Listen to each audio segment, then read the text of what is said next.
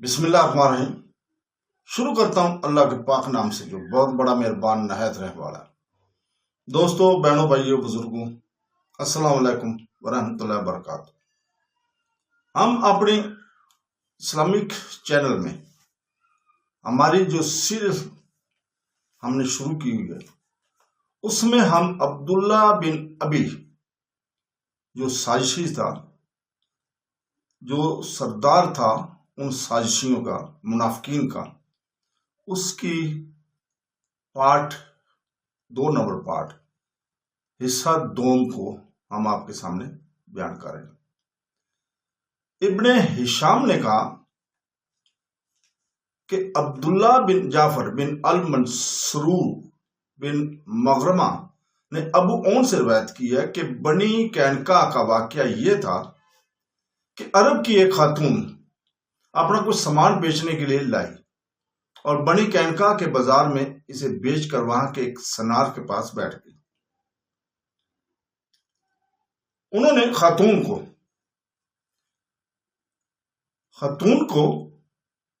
خاتون کا چہرہ بے نقاب کرنا چاہا تو انہوں نے انکار کر دیا۔ اس نے انکار کیا۔ سنار نے اس بیچاری کے کپڑے کا سرا اس کی پچھلی جانب باندھ دیا اور جب وہ اٹھی تو کپڑا اٹھ گیا اور ان سب نے ان کی ہنسی اڑائی۔ وہ چلائی تو مسلمانوں میں سے ایک شخص نے اس سنار پر حملہ کر کے اسے قتل کر دیا۔ وہ یہودی تھا۔ یہودیوں نے اس مسلمان پر سختی کی اور اسے شہید کر دیا۔ اس مسلمان کے اقربا نے یہودیوں کے مقابلے کے لیے دوسرے مسلمانوں سے امداد طلب کر لی۔ آخر مسلمانوں کو غصہ آ گیا۔ اس طرح ان میں اور بنی کینکا میں فساد شروع ہو گیا۔ ابن اسحاق نے کہا ہے کہ مجھ سے عاصم بن عمرو بن قتادہ نے بیان کیا کہ انہوں نے کہا پھر تو رسول پاک صلی اللہ علیہ وسلم نے ان کا محاصرہ کر لیا، یہاں تک کہ آپ صلی اللہ علیہ وسلم کا حکم ماننے پر وہ اتر آئے۔ جب اللہ نے آپ کو ان پر قدرت عطا فرمائی تو عبداللہ بن ابی بن سلول اٹھا اور کہا، اے محمد صلی اللہ علیہ وسلم، میرے دوستوں سے نیک سلوک کیجیے۔ راوی نے کہا ہے کہ آپ صلی اللہ علیہ وسلم نے اس جانب سے روئے مبارک پھیر لیا۔ اس نے اپنا ہاتھ رسول پاک صلی اللہ علیہ وسلم کی ذرا کی جیب میں ڈالا۔ ابن ہشام نے کہا کہ پھر رسول پاک صلی اللہ علیہ وسلم نے فرمایا، ارسلنی، مجھے چھوڑ۔ اور رسول پاک صلی اللہ علیہ وسلم کو ایسا غصہ آ گیا کہ آپ کے چہرہ مبارک کو لوگوں نے سیاہی محل ابر کی طرف دیکھا۔ پھر آپ نے فرمایا، تیرے لیے خرابیوں، مجھے چھوڑ۔ تو اس نے کہا، نہیں بخدا، میں آپ کو نہ چھوڑوں گا یہاں تک کہ میرے دوستوں سے نیک سلوک کریں۔ 400 بے زرع آدمیوں اور 300 زرع پوشوں سرخ و سیاہ نے میری حفاظت کیا، کیا آپ انہیں ایک ہی دن میں کاٹ ڈالیں گے؟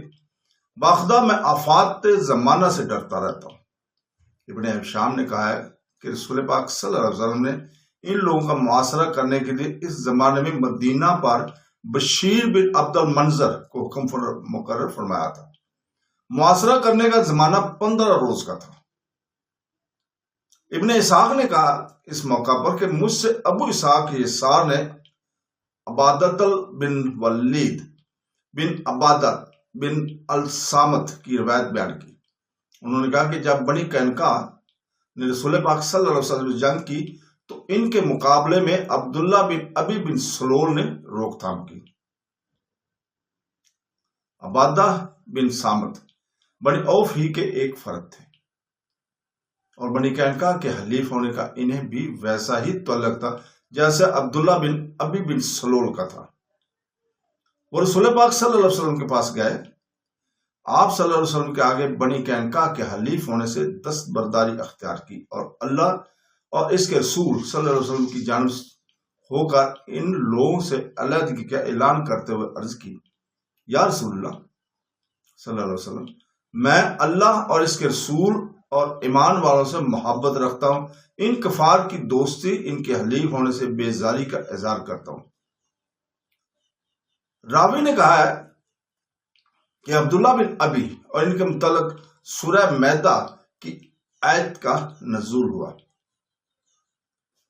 المائدہ کی آیت نمبر 51 اور 52، جس کا ترجمہ ہے: اے وہ لوگوں جو ایمان لائے ہو، یہود و نصارہ کو دوست نہ بناؤ، ان میں سے کہ بعض کے دوست ہیں، اور تم میں سے جو شخص ان سے دوستی رکھے گا وہ انہی میں شمار ہوگا۔ بے شبہ اللہ ظالم قوم کو سیدھی راہ دکھاتا ہے۔ اے مخاطب، پس تو ان لوگوں کو جن کے دلوں میں بیماری ہے دیکھیے گا۔ اس سے مراد عبداللہ بن ابی ہے، جو کہتا تھا کہ مجھے آفات زمانہ کا خوف لگا ہوا ہے۔ اسی طرح 52 اور 53 میں اللہ تعالیٰ فرماتا ہے: وہ جلدی کرتے ہیں، ان کے متعلق کہتے ہیں کہ ہمیں اس بات کا ڈر ہے کہ کہیں ہم پر کوئی آفت نہ آ جائے، بس امید ہے کہ اللہ فتح نصیب فرمائے یا اپنے پاس سے کسی اور حکم سے سرفرازی دے۔ تو ان لوگوں نے جو بات اپنے نفسوں میں چھپا رکھی ہے اس پر پچھتائیں گے، اور ایماندار کہیں گے کہ کیا یہ وہی لوگ ہیں جنہوں نے اللہ کی قسمیں اپنی پوری کوششوں سے کھائی تھی۔ علامہ ابن جریر طبری اپنی کتاب تاریخ طبرہ میں لکھتے ہیں کہ محمد بن اسحاق سے مروی ہے کہ رسول پاک صلی اللہ علیہ وسلم نے بنی کینکا کو ان کے بازار میں جمع کر کے کہا: اے یہود، اللہ تعالیٰ سے ڈرو کہ کہیں وہ تم کو بھی ایسی سزا نہ دے جیسی کہ اس نے قریش کو دی ہے۔ تم اسلام لاؤ، تم جانتے ہو کہ میں نبی مرسل ہوں، جس کا ذکر خود تمہاری کتابوں میں اور اس میں ساخ میں ہے جو اللہ نے تم سے لیا تھا۔ یہود نے کہا: اے محمد صلی اللہ علیہ وسلم، تم ہم کو بھی اپنی قوم ایسا ہی سمجھتے ہو؟ تم ایسے لوگوں کے مقابلے میں جو لڑائی سے بالکل واقف نہ ہوتے کہ تم نے موقع پا کر ان کو زیر کر لیا۔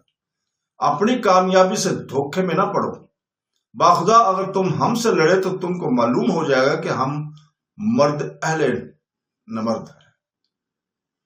عاصم بن عمرو بن قتادہ سے مذکور ہے کہ بنی کینکا بہت پہلے یہود ہیں جنہوں نے اس معاہدہ کی جو ان کی اور رسول پاک صلی اللہ علیہ وسلم کے درمیان طے پایا تھا، خلاف ورزی کی، اور ان کے آپ صلی اللہ علیہ وسلم سے بدر اور احد کے درمیان جنگ بھی ہوئی تھی۔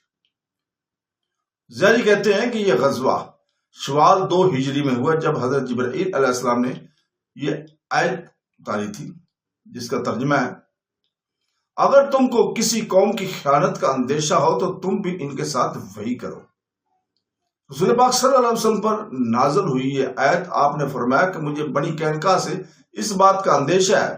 اروا کہتے ہیں کہ اس آیت کی وجہ سے رسول پاک صلی اللہ علیہ وسلم ان کی طرف عاصم بن عمرو بن قتادہ سے مروی ہے کہ آپ نے 15 شب کو ان کا مواخر رکھا۔ اس اسنا میں ان کا کوئی آدمی مقابلے پر برآمد نہ ہوا۔ پھر انہوں نے رسول پاک صلی اللہ علیہ وسلم کے حکم پر اختیار رکھ دیے اور اپنے کو ان کے حوالے کر دیا۔ ان سب کی مشکیں باندھ لی گئی۔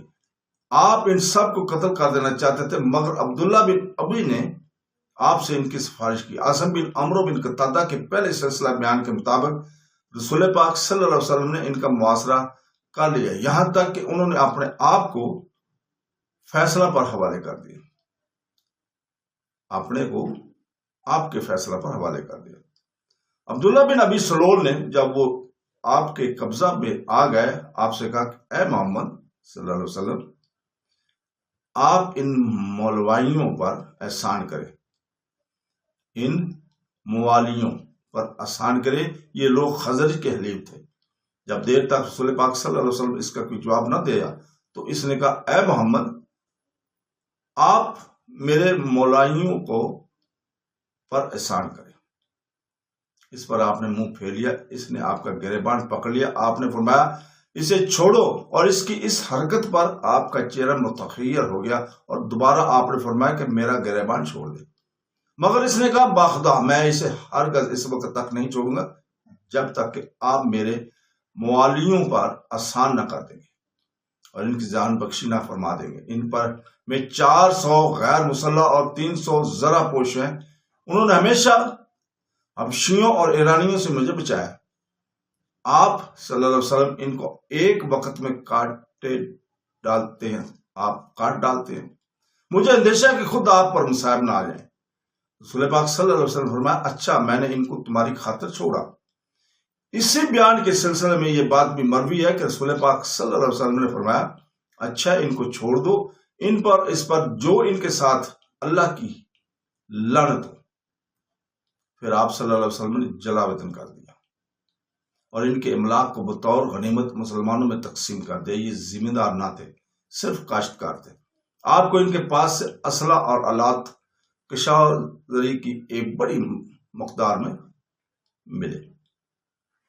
عبادہ رضی اللہ تعالیٰ بن سامت اس کام پر مقرر کیے گئے تھے۔ وہ ان کو بال بچوں سمیت مدینہ سے خارج البلد قارئین، چنانچہ یہ ان کو لے کر نکلے اور ذباب پہنچے اور کہتے جاتے تھے کہ انتہائی شرافت ابھی اور دور ہے اور دور ہے۔ اس غزوہ کے موقع پر رسول پاک صلی اللہ علیہ وسلم نے ابو لبابہ بن عبد المنظر پر اپنا نام مقرر فرمایا تھا۔ بدر میں بری طرح شکست کھانے کے بعد مشرکین مکہ انتقام کی آگ میں جلنے لگے تھے اور مدینہ پر دوبارہ حملہ کرنے کی تیاریوں میں لگ گئے۔ مکہ کی فضا جنگی نعروں سے گونجنے لگی، لات و عزا اور حبل کی دہائی دی جانے لگی۔ عورتیں مردوں کے جوش کو ابارنے لگی۔ سردار قریش ابو سفیان بن حرب نے حبل کے سامنے کھڑے ہو کر انتقام لینے کی قسم کھائی اور ایک لشکر جرار کے ساتھ اپنی بیوی اولاد کو لیے مدینہ کی جانب کوچ کیا۔ یہ دوسری جنگ تھی جو مدینہ کی اسلامی حکومت پر مسلط کی جا رہی تھی۔ سرور عالم حضور پاک صلی اللہ علیہ وسلم 1000 کا لشکر لیے مدینہ سے روانہ ہوئے تھے۔ روانگی سے قبل آپ نے اصحاب رضی اللہ تعالیٰ عنہ سے مشورہ کیا اور یہ بات طے پائی کہ لشکر کفار کا مدینہ سے باہر نکل کر مقابلہ کیا جائے گا۔ عبداللہ بن ابی نے اجتماعی فیصلہ کو قبول کرنے سے انکار کر دیا اور غداری کرتے ہوئے اپنے 300 ساتھیوں کے ساتھ لشکر سے نکل گیا اور مدینہ کی راہ لی۔ عبداللہ بن ابی کی یہ گت بنی اور اس کا نفاق کس طرح کھل کر سامنے آ گیا، اس کی تفصیل آئندہ ہم انشاءاللہ تعالی بیان کریں گے۔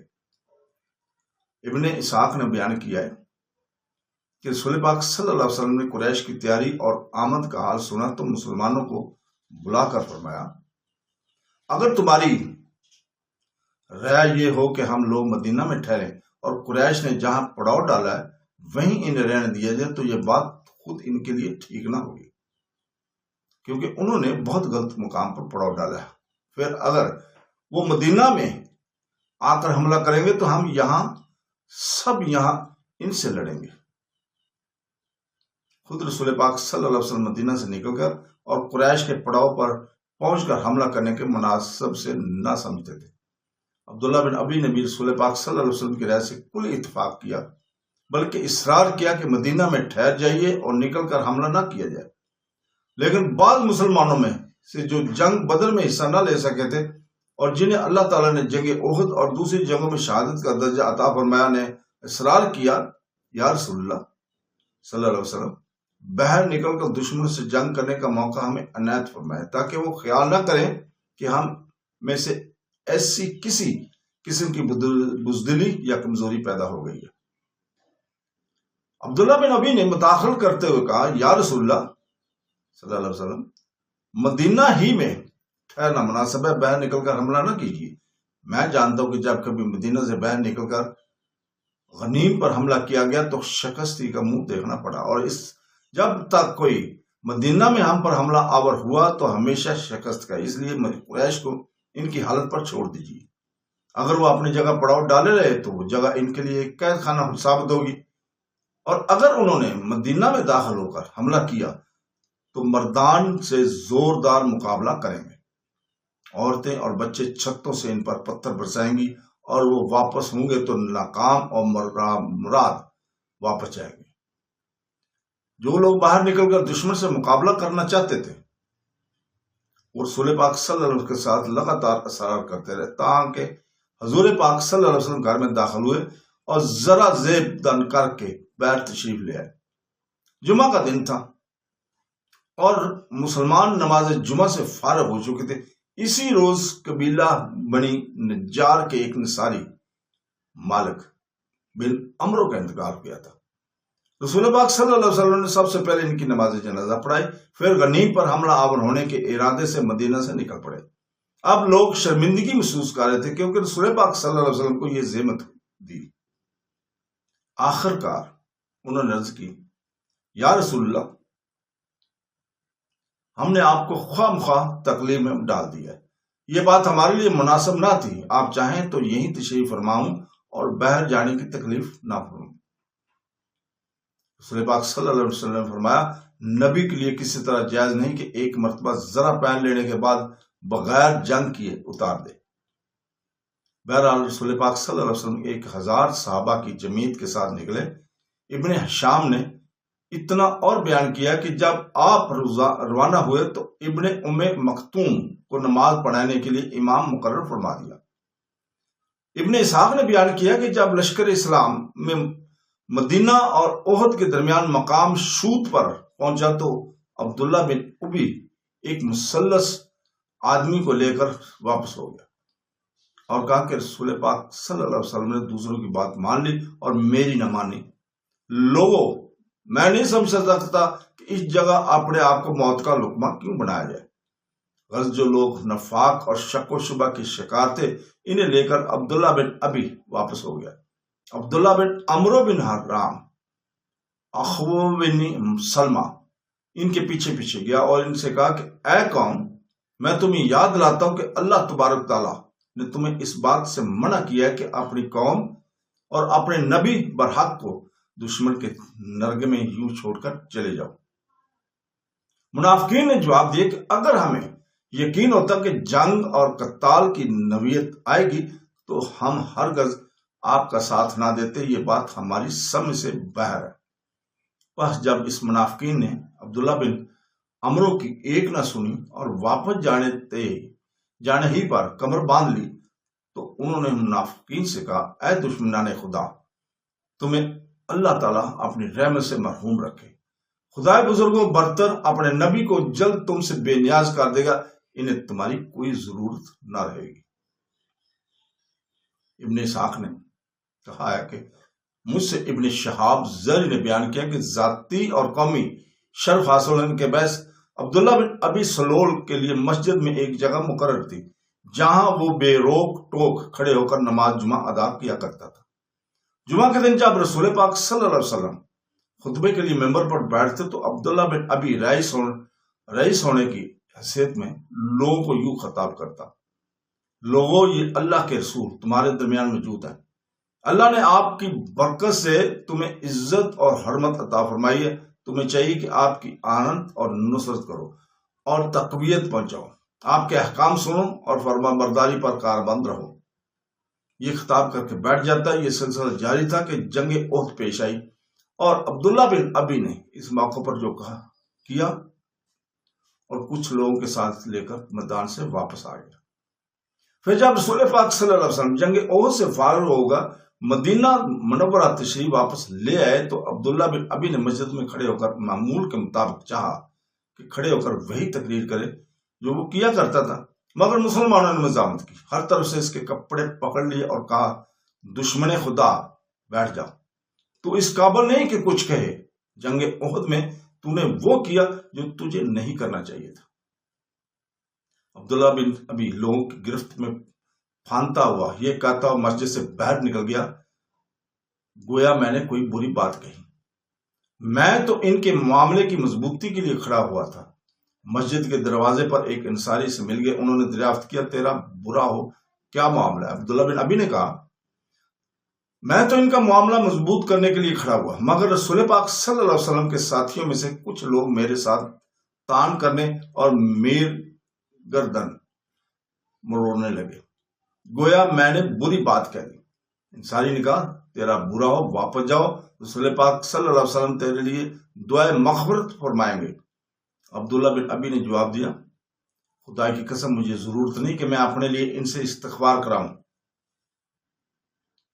ارشاد باری تعالیٰ ہے،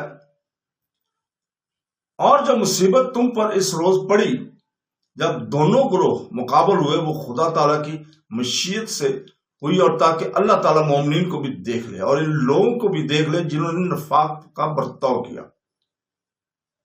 یعنی جب تمہارے اور دشمن کے درمیان مار کا قائم ہوا اور اس وقت جو کچھ بھی ہوا وہ سب اللہ تعالیٰ کی مشیت کے مطابق ہوا، میری نصرت پہنچ چکی تھی اور وعدہ پورا ہو چکا تھا۔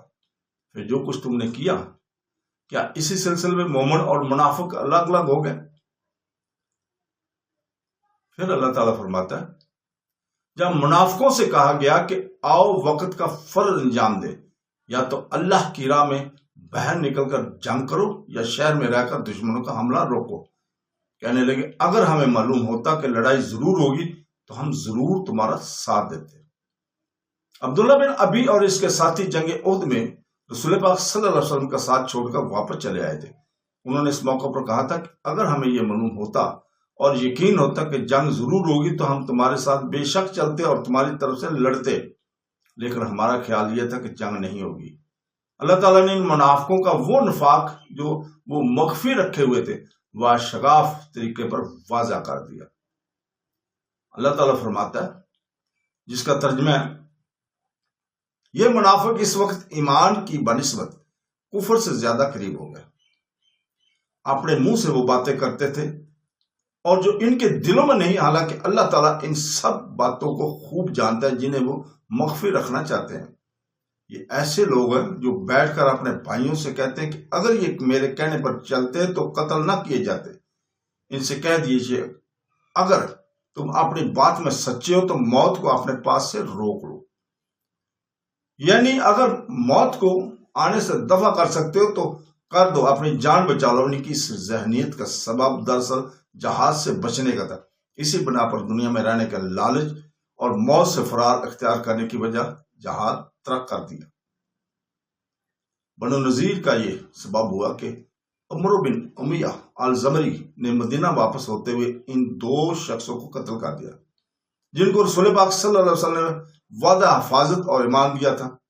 عامر بن طفیل نے رسول پاک صلی اللہ علیہ وسلم کو لکھا کہ باوجود عہد و پیمان کے آپ کے آدمی نے ہمارے 2 آدمی مار ڈالے، ان کی ویت ادا کرو۔ رسول پاک صلی اللہ علیہ وسلم کب آئے اور وہاں سے بنو نذیر کی طرف مڑ گئے تاکہ اس کی ویت کی ادائی میں ان سے مدد لے۔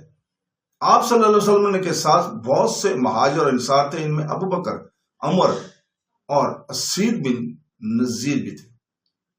یزید بن رومان سے مروی ہے کہ چونکہ عمرو بن امیہ نے باوجود رسول مقبول سیدنا عالم رسول پاک صلی اللہ علیہ وسلم کے عہد حفاظت کی بنی عامر کے 2 شخصوں کو قتل کر دیتا تو آپ صلی اللہ علیہ وسلم ان کی ویت کی ادائی میں مدد لینے کے لیے بنو نذیر کے پاس آئے تھے۔ بنو نذیر اور بنو عامر ایک دوسرے کے دوست اور حلیف تھے۔ پہلے تو جب رسول پاک صلی اللہ علیہ وسلم نے اپنے آنے کی غرض بیان کی تو انہوں نے کہا، ہاں ابو قاسم، جو تم نے ہم سے کہا ہے ہم اس کے لیے پوری طرح آمادہ ہیں۔ مگر پھر جو وہ چپکے ایک دوسرے سے سرگوشیاں کرنے لگے، انہوں نے کہا کہ آج سے بہتر موقع اس شخص کے ہلاک کر دینے کا پھر نہیں ملے گا۔ رسول پاک صلی اللہ علیہ وسلم اس وقت ان کے گھروں کی ایک دیوار کے پاس بیٹھے تھے، لہذا کوئی شخص مکان کی چھت پر چڑھ کر وہاں سے ایک بڑے پتھر کو ان پر پھینک دے اور ان کو قتل کر کے ہمیں ان کی طرف سے ہمیشہ کے لیے راحت دے۔ ان کے ایک شخص عمرو بن حشاش بن کعب نے اس کے لیے خود سے اپنے آپ کو پیش کیا اور کہا، میں اس کے لیے تیار ہوں۔ چنانچہ وہ آپ پر پتھر پھینکنے کے لیے ان کے مکان پر چڑھا۔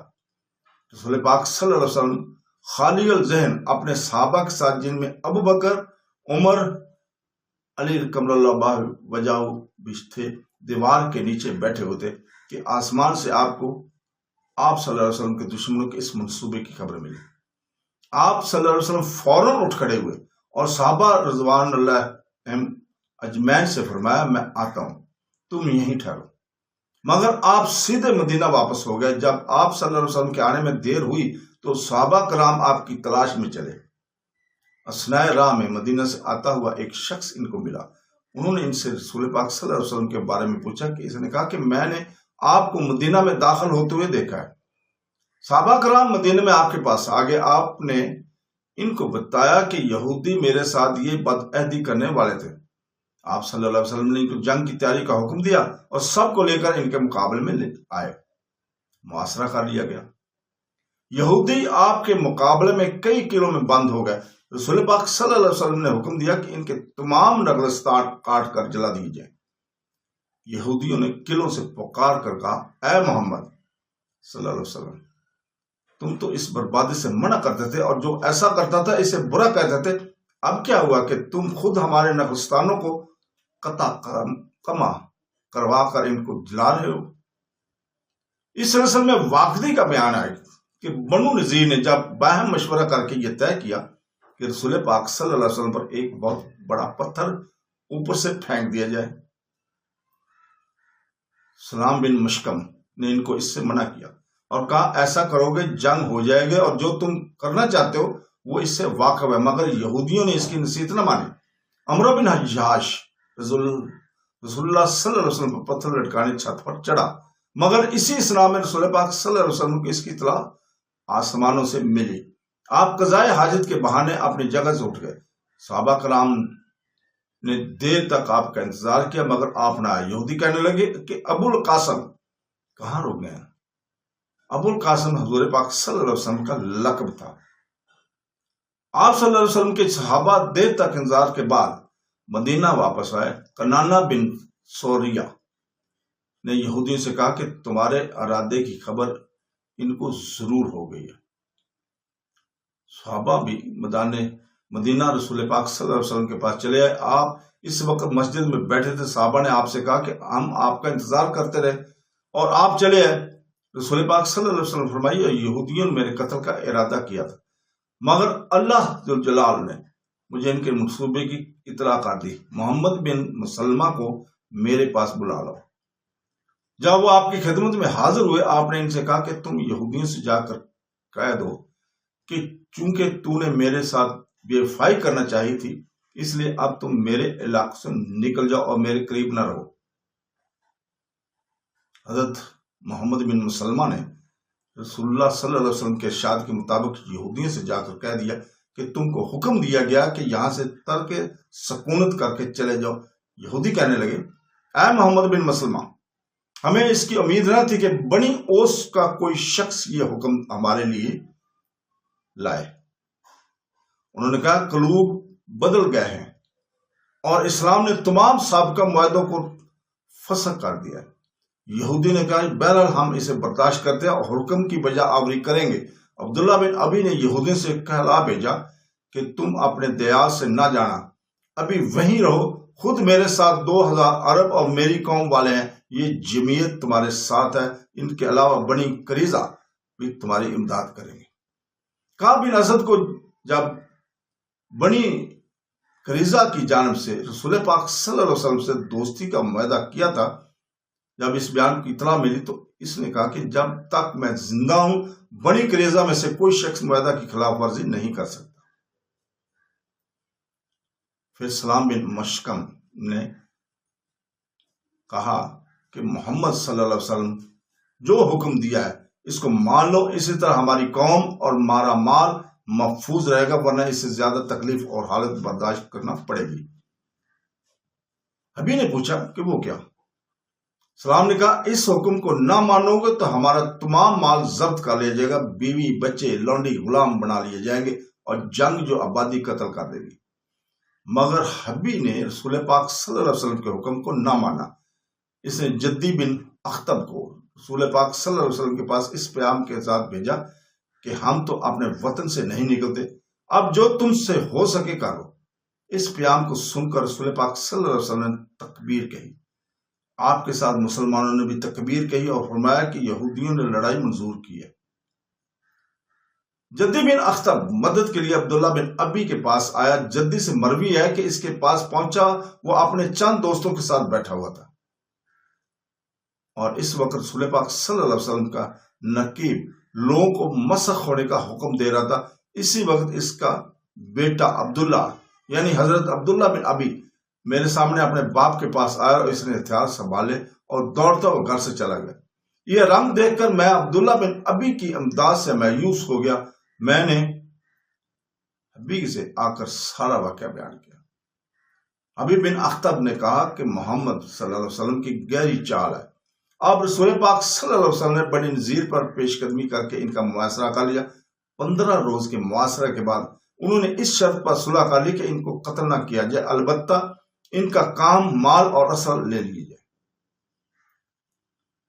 تو دوستو، بہنوں، بھائیوں، یہ تھا دوسرا حصہ عبداللہ بن ابی کا، اور یہیں پہ ہم رکتے ہیں۔ کل انشاءاللہ تعالی ہم اس کا تیسرا حصہ آپ کے سامنے بیان کریں گے۔ کل تک کے لیے اجازت، اللہ حافظ۔